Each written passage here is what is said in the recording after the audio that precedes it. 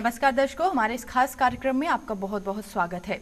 दर्शकों, अदालतों में साल दर साल पेंडिंग केसेस की संख्या जो है वो लगातार बढ़ती जा रही है और इन अदालतों में ये जो लंबित पड़े केसेस हैं इनको सॉल्व करने के लिए मीडिएशन एक कारगर उपाय जो है वो साबित हो रहा है। आज इसी विषय पर हम इस कार्यक्रम में चर्चा करेंगे और इस विषय पर कार्यक्रम में चर्चा के लिए हमारे साथ कार्यक्रम में मौजूद हैं अदालतों में लंबित मामलों को निपटाने के लिए मीडिएशन में खास अनुभव रखने वाले फिरदौस कासिम, जो कि सुप्रीम कोर्ट ऑफ इंडिया से अपॉइंटेड हैं, advocate, solicitor and master trainer mediation. बहुत बहुत स्वागत है फिरदौस जी कार्यक्रम में। Thank you. First of all यही जानना चाहेंगे कि ये मीडिएशन क्या है और किस तरह से इसका बेनिफिट लिया जा सकता है। जी, आप देखेंगे इंडिया के अंदर फिलहाल 3.5 करोड़ केसेस पेंडिंग है और इंडियन लोगों को इमीडिएट जस्टिस नहीं मिल रहा है जी। और ये केसेस जो है वो लीगल सिस्टम को ब्रेक डाउन कर रहे हैं। जैसे it is on the verge of collapse if it is not already collapsed. तो इसको प्रॉप्ड अप करने के लिए, उसको मजबूत करने के लिए mediation is the only way जो वर्ल्ड ने अडॉप्ट किया हुआ है। एक्चुअली ये स्टार्ट कहाँ से हुआ जी कि इंडिया के कल्चर के अंदर तो मीडिएशन था ही जी, क्योंकि हमारे ग्राम पंचायत, हमारे कम्युनिटी लीडर्स, हमारे पीयर ग्रुप वगैरह सारे प्रॉब्लम सॉल्व करते थे। फिर आया ब्रिटिश रूल। ब्रिटिश रूल ने कोर्ट सिस्टम्स अडॉप्ट किए जी। उसके बाद में ब्रिटिश कोर्ट्स के पास इतना बढ़ गए केसेस, तो उन्होंने इंडियन आर्बिट्रेशन एक्ट ऑफ 1940 का यूज़ किया कि आर्बिट्रेशन के थ्रू केसेस को निपटाया जाए।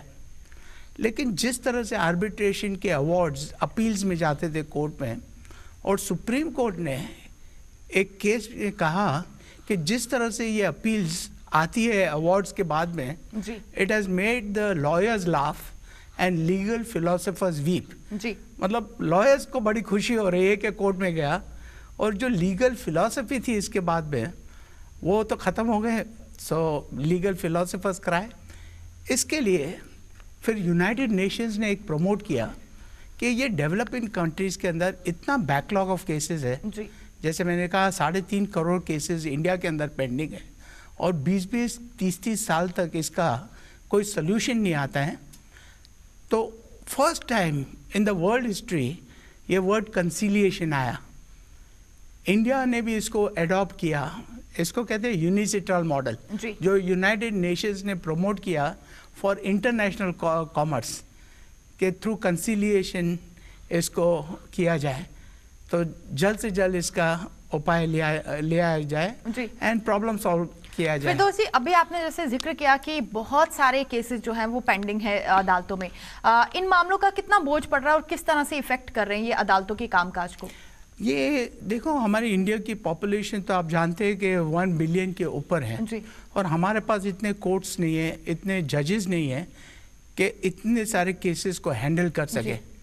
You see, that is why ये मीडिएशन जो है, ये मैं कहता हूँ कि कॉम्प्लिकेटेड केसेस, मैंने एक बुक भी लिखी है इसके ऊपर, उसमें है कि 20-20, 25-25 साल के cases have been resolved, solve हो गए हैं through the process of mediation जी। तो ऐसे ऐसे कॉम्प्लिकेटेड केसेस जो सॉल्व हो जाते हैं तो इसमें बिल्डिंग रिलेशन होता है। मतलब लोग खुद ही खुद सेटल करते हैं और मीडिएटर अपनी स्किल्स यूज़ करता है, skills and techniques to bring the parties to a settlement जी। ये जो प्रोसीजर मीडिएशन का है, it is different from court procedure और arbitration. Arbitration and court is rigid. Mediation, conciliation is flexible जी। मतलब कभी भी आदमी बाहर निकल सकता है उसमें से।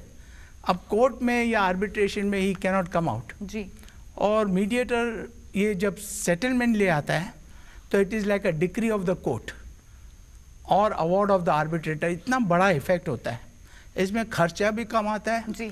जल्द से जल्द मैटर सॉल्व हो जाती है और लोग खुशी खुशी घर जाते हैं, उनके रिलेशन बिल्ड हो जाते हैं जी। ऐसे कई केसेस हैंडल हो चुके हैं जी। फिरदौस जी, किसी केस को हल करने के लिए एक मीडिएटर के पास क्या पावर्स हैं? क्या स्ट्रक्चर है उसका, कुछ टाइम पीरियड है, डायनेमिक्स क्या है, इसके बारे में जानना चाहिए। हाँ, मीडिएटर्स के पास कोई पावर ऑफ सेटलमेंट नहीं है। जैसे जज के पास है तो वो कोर्ट में जजमेंट देते हैं, जैसे आर्बिट्रेटर के पास है तो आर्बिट्रेटर अवार्ड देते हैं, लेकिन मीडिएटर कोई ना अवार्ड देता है या जजमेंट देता है जी।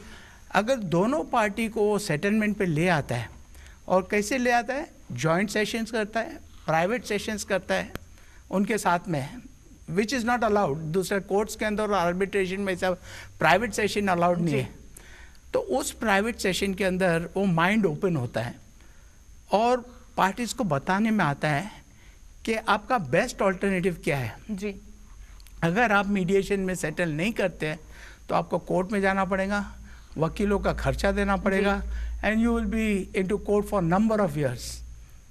तो इसलिए mediation is a very preferable method. और आज इंडिया के अंदर, मैं पूरी इंडिया के अंदर ट्रेनिंग दे चुका हूँ, तो काफ़ी mediation centres all over India establish हो चुके हैं जी। एक मीडिएटर को किस तरह से, मतलब क्या क्या एफर्ट्स लगाने पड़ते हैं दोनों पार्टीज को सेटल करने के लिए? सबसे पहले तो मीडिएटर को एक ट्रेनिंग करनी पड़ती है कि to become a professional mediator. और इट इज़ नॉट नेसेसरी कि कोई भी लॉयर ही होना चाहिए फॉर बिकमिंग अ मीडिएटर। आप भी मीडिएटर बन सकती हैं, provided you go undergo a training. उस ट्रेनिंग के अंदर स्किल्स एंड टेक्निक सिखाया जाता है कि किस तरह से मीडिएशन कंडक्ट किया जाता है। उसके बाद में ही सर्टिफाइड एज अ मीडिएटर। फिर अपने विजिटिंग कार्ड पे भी he can write as mediator जी। एंड ये जब मीडिएशन होता है, या तो कोर्ट एनेक्स मीडिएशन होता है, जैसे सेक्शन 89 के अंदर कोर्ट्स अपॉइंट करती है मीडिएटर को जी, उधर पैनल है।